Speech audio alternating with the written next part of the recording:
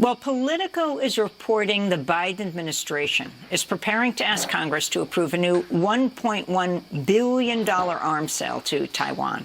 The package reportedly includes 60 anti-ship missiles, 100 air-to-air missiles. This comes after 2 U.S. warships sailed through the Taiwan Strait Sunday for the first time since House Speaker Nancy Pelosi visited Taiwan earlier this month. China condemned the visit and launched major military drills near Taiwan. Meanwhile, President Biden announced $3 billion in more military aid for Ukraine last week, including money for missiles, artillery rounds, and drones to help Ukrainian forces fight Russia. We begin today's show looking at U.S. policy on Russia and China. We're joined by the economist Jeffrey Sachs, director of the Center for Sustainable Development at Columbia University. He's president of the UN Sustainable Development Solutions Network. He served as advisor to 3 UN secretaries general. His latest article is headlined, "The West's False Narrative About Russia and China." He begins the article by writing, quote, "The world is on the edge of nuclear catastrophe in no small part because of the failure of Western political leaders to be forthright about the causes of the escalating global conflicts. The relentless Western narrative that the West is noble while Russia and China are evil is simple-minded and extraordinarily dangerous," Jeffrey Sachs writes. Jeffrey Sachs, welcome to Democracy Now! Why don't you take it from there? Good to be with you. What is the story that people in the West and around the world should understand about what's happening right now with these conflicts, with Russia and Ukraine, and with China? The main point, Amy, is that we are not using diplomacy. We are using weaponry. This sale now announced to Taiwan that you've been discussing this morning is just another case in point.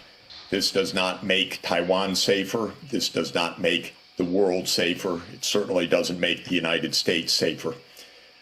This goes back a long way. I think it's useful to start 30 years ago. The Soviet Union ended, and some American leaders got it into their head that there was now what they called the unipolar world, that the U.S. was the sole superpower and we could run the show. The results have been disastrous. We have had now 3 decades of militarization of American foreign policy.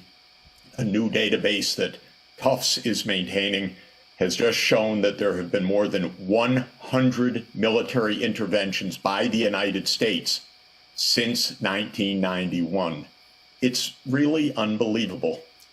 And I have seen in my own experience over the last 30 years, working extensively in Russia, in Central Europe, in China, and in other parts of the world, how the U.S. approach is a military-first and often a military-only approach. We arm who we want. We call for NATO enlargement no matter what other countries say may be harmful to their security interests.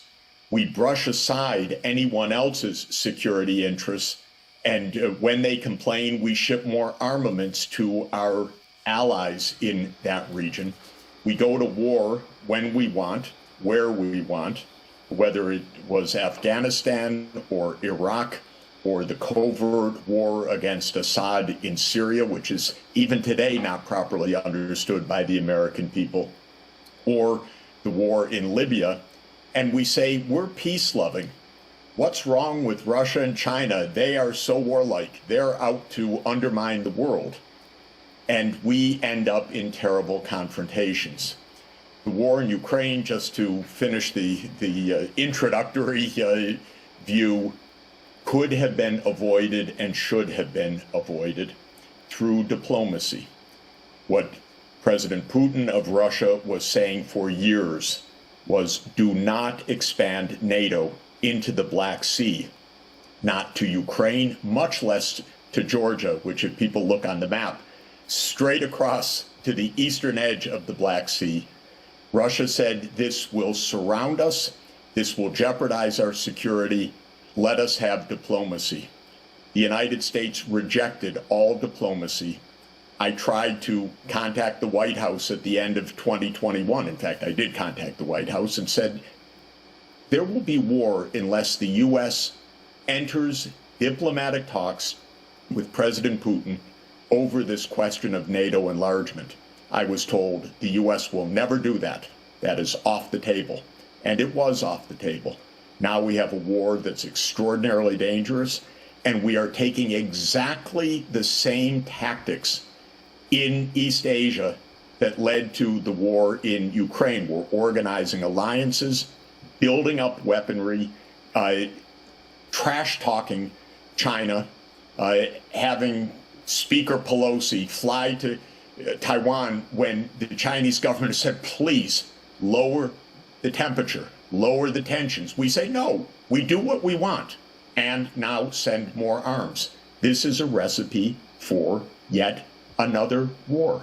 And to my mind, it's terrifying. We are at the 60th anniversary of the Cuban Missile Crisis, which I've studied all my life, and I've written a book about the aftermath. We are driving to the precipice, and we are filled with our enthusiasm as we do so, and it's just unaccountably dangerous and wrong-headed, the whole approach of U.S. foreign policy, and it's bipartisan.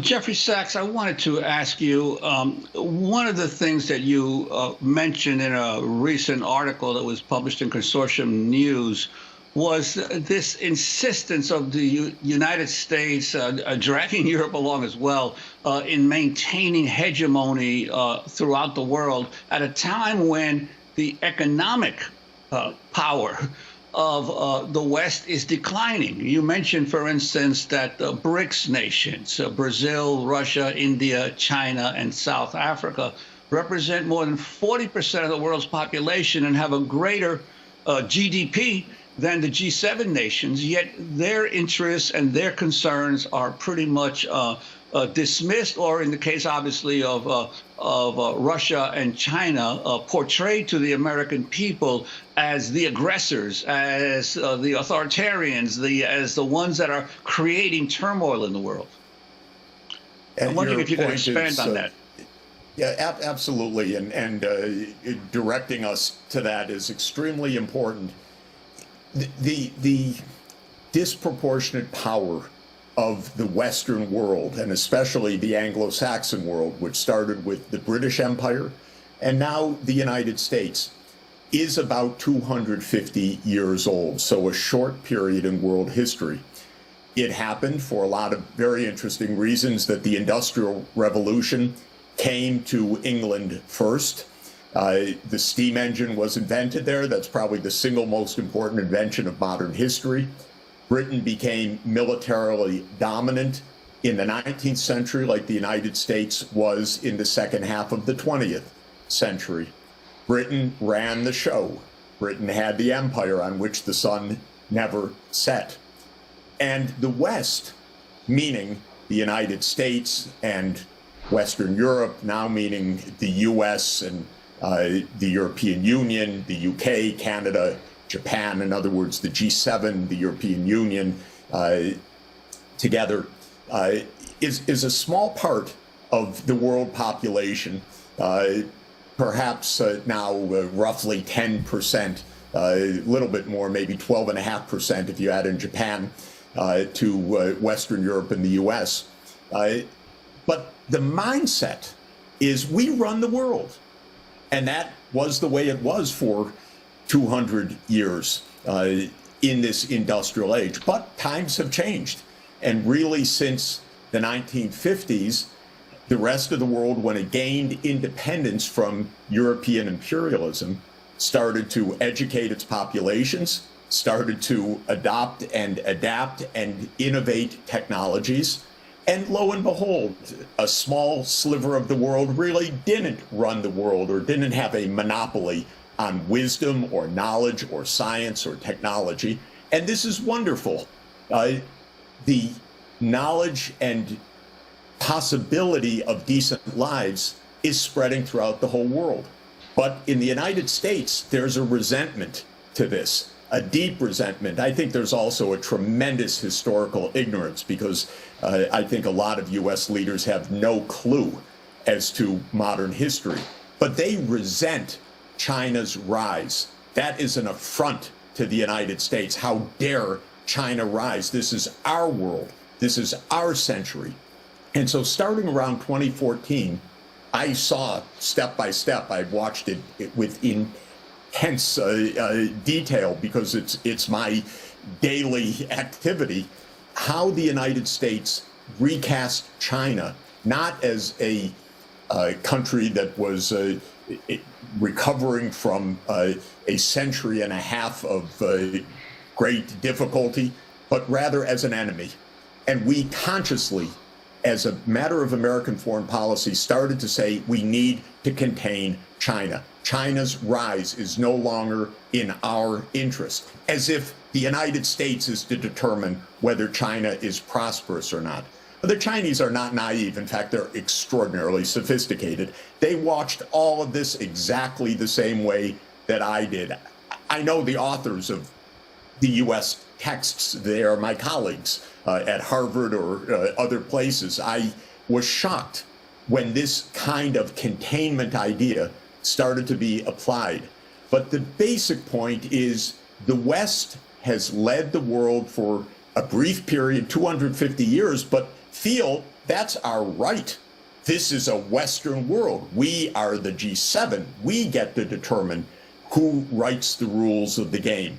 Indeed, Obama, a good guy on the spectrum of what we have in foreign policy, said, let's write the rules of trade for Asia, but not have China write any of those rules. The U.S. will write the rules. This is an incredibly naive and dangerous and outmoded way to understand the world.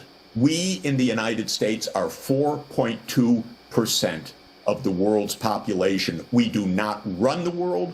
We are not world leader. We are a country of 4.2% of the people in a big, diverse world, and we should learn to get along. Play in the sandbox peacefully, not demand that we have all the toys in the sandbox. And we're not over that thinking yet. And unfortunately, it's both political parties. It's what motivates Speaker Pelosi to go to Taiwan in the middle of all of this as if she really had to go to stir up the tensions. But it's the mindset that the U.S. is in charge. I wanted to go back a little bit back into the 1990s.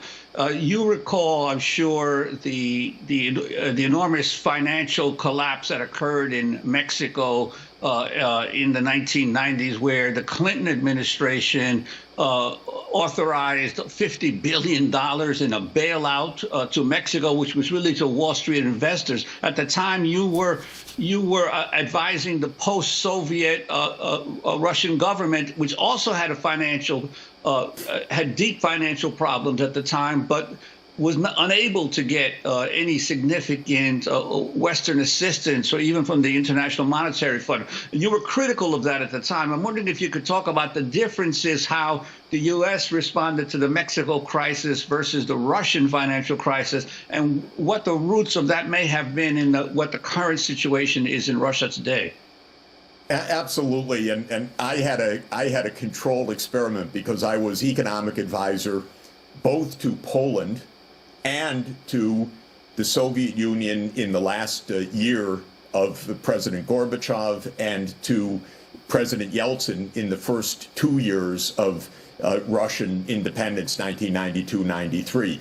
My job was finance, to actually help Russia find a way to address, as you described it, a massive financial crisis. And my basic recommendation in Poland and then in Soviet Union and in Russia was to avoid a societal crisis and a geopolitical crisis. The rich Western world should help to tamp down this extraordinary financial crisis that was taking place with the breakdown of the former Soviet Union. Well, interestingly, in the case of Poland, I made a series of very specific recommendations, and they were all accepted by the U.S. government. Creating a stabilization fund, canceling part of Poland's debts, allowing many financial maneuvers to get Poland out of the difficulty. And, I patted myself on the back. Oh, look at this. I make a recommendation. And one of them for $1 billion stabilization fund was accepted within 8 hours by the White House. So I thought pretty good.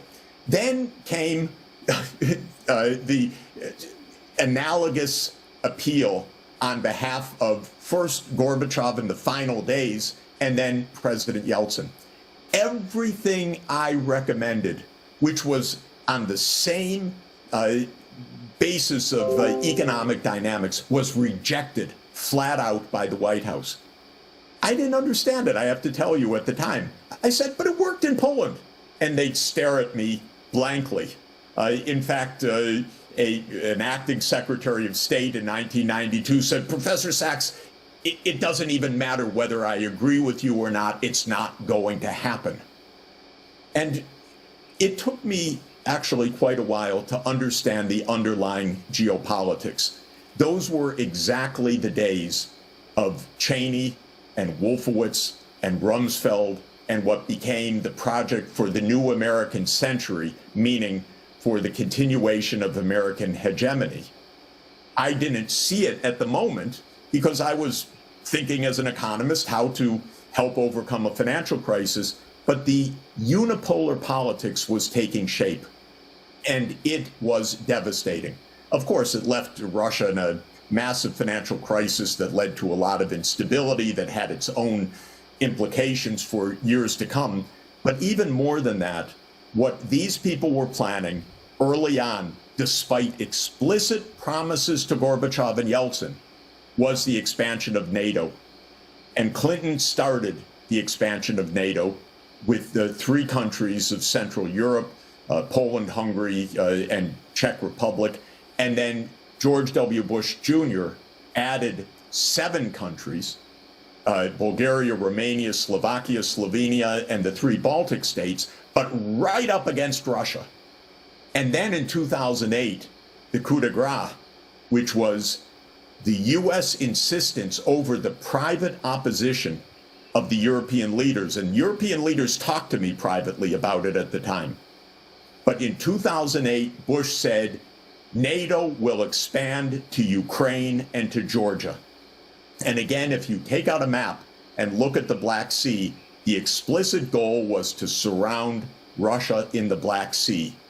By the way, it's an old playbook. It's the same playbook as Palmerston in 1853 to 1856 in the First Crimean War.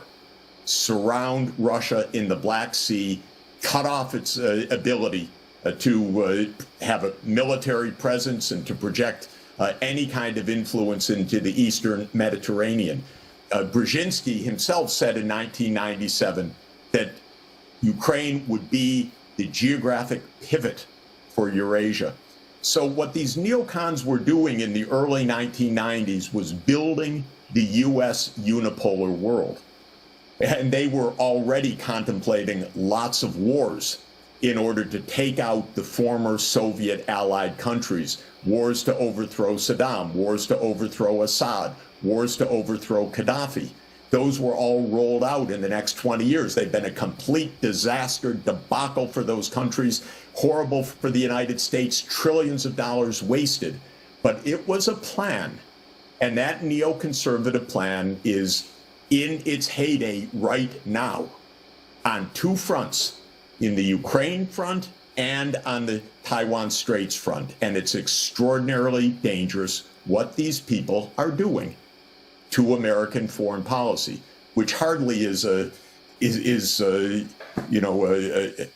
policy of democracy. It's a policy of a small group that has the idea that a unipolar world and U.S. hegemony is the way that we need to go. Jeffrey Sachs, we don't have much time, but since this was such a big issue, Naomi Klein took you on big time with the shock doctrine, talking about you recommending shock therapy. Can you draw a line between what happened as the Russian economy unraveled to the conditions leading up to the Ukraine invasion? I mean, how did the economic catastrophe that followed the collapse of the Soviet Union lead to the rise of the oligarchic class and indeed the presidency of Vladimir Putin? Yeah, I've tried to explain to Naomi, whom I admire a great deal, for years that what I was recommending was financial help to whether it was Poland or to the Soviet Union or to Russia.